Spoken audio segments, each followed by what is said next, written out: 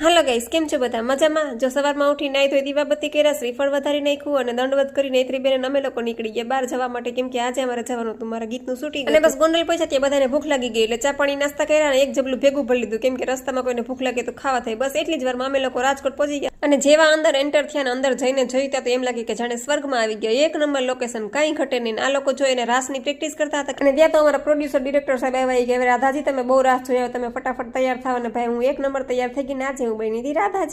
અને એટલી વારમાં તો જમવાની થાળી પીરસાઈ ગઈ. મને બધા કે હાલો રાધાજી તમે જમી લો, પછી તમારે શૂટિંગની તૈયારી કરવાની છે. અને ત્યાં તો મારા હાથમાં માઇક આવી ગયો, એટલે કલાકારને શું હોય, માઇક હોય તો જમવાનું પણ ન જોઈએ. એટલી વારમાં કાનાજી પણ તૈયાર થઈને આવી ગયા. થોડાક ફોટા શૂટ કર્યા અને થોડાક વિડીયો ને રીલ્સ, અને એમાં નેત્રીબેન ને નખરા તો વચ્ચે વચ્ચે આવા ચાલુ જ હોય. બસ થોડીક વાર થાય ને ત્યાં શૂટિંગની તૈયારી થઈ ગઈ, શૂટિંગ થઈ ગયું ચાલુ ભાઈ, એક પછી એક.